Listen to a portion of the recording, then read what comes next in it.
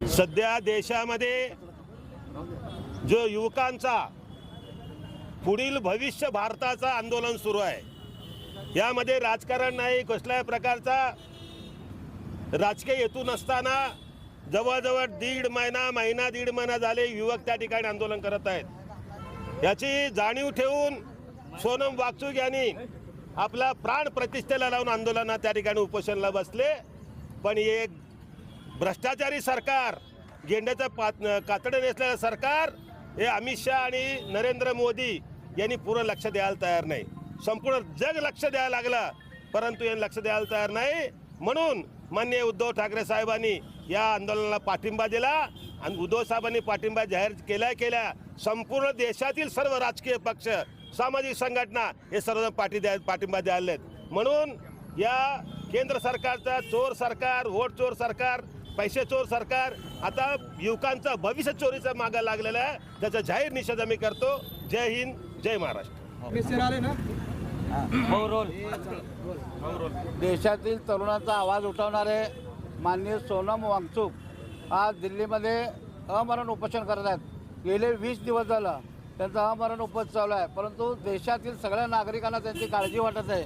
जो माणूस या देशातील तरुणांचं म्हणजे या केंद्र सरकारच्या नीट परीक्षामध्ये 3-3 वेळा पेपर फुटलेले आहेत, तरीसुद्धा या मोदी सरकारला जाग येत नाही, शिक्षण मंत्र्याचा राजीनामा घेत नाही। पक्षप्रमुख उद्धवसाहेब ठाकरे ह्या सोनम वांगचुकच्या ह्या आंदोलनाला पाठिंबा दिलेला आहे। त्याचाच एक भाग म्हणून शिवसेना उद्धव बाळासाहेब ठाकरे पक्षाच्या वतीने सोलापूर येथे आम्ही सोनम वांगचुक यांना सपोर्ट करण्यासाठी आज केंद्र सरकारच्या विरोधात निदर्शन करत आहोत। जो सोनम वांगचुक कट्टर देशप्रेमी आहेत, शिक्षणाविषयी त्यांची तळमळ, शिक्षणाचा दर्जा वाढवला पाहिजे, पर्यावरणाचा दर्जा चांगला राहिला पाहिजे, असे विविध विषयावर त्यांनी व्याख्यानं दिलेले आहेत। विविध विषयावरती त्यांनी अभ्यास करून देशाला मार्गदर्शन केलेलं आहे, परंतु ह्या केंद्र सरकारला जाग येत नाही।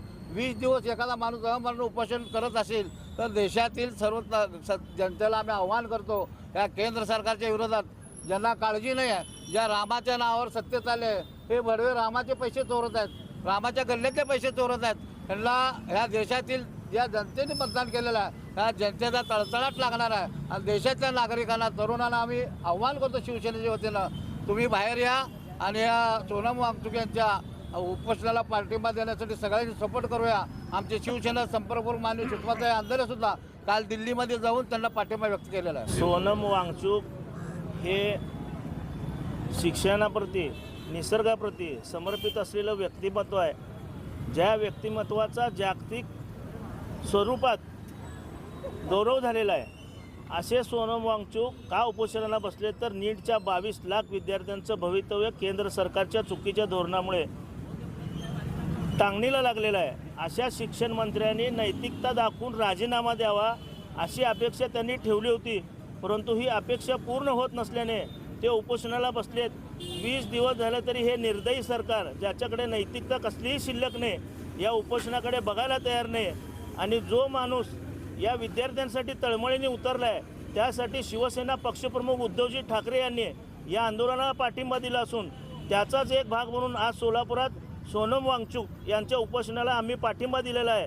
1956 साली तामिळनाडूमध्ये रेल्वेचा अपघात झाला, तत्कालीन मंत्री लाल बहादूर शास्त्री यांनी राजीनामा दिला होता, परंतु या 12 वर्षात एवढे कोडगे मंत्री आणि पंतप्रधान देशानं पाहिलेले आहेत की ज्यांना हे भ्रष्टाचारी म्हणले त्यांना यांनी पावन केलेलं आहे। आणि जे लोक रामाच्या मंदिरात लूट करू शकतात ते या प्रश्नाकडे गांभीर्याने काय बघतील असा आमचा सवाल आहे। त्याबरोबरच देशाच्या तरुणाईला, विद्यार्थ्यांना आम्ही आवाहन करतो की हे केंद्र सरकार उलथून टाकल्याशिवाय गप्प बसू नका, अन्यथा तुमच्या जीवाशी, तुमच्या शैक्षणिक भवितव्याशी असाच खेळ सुरू राहील।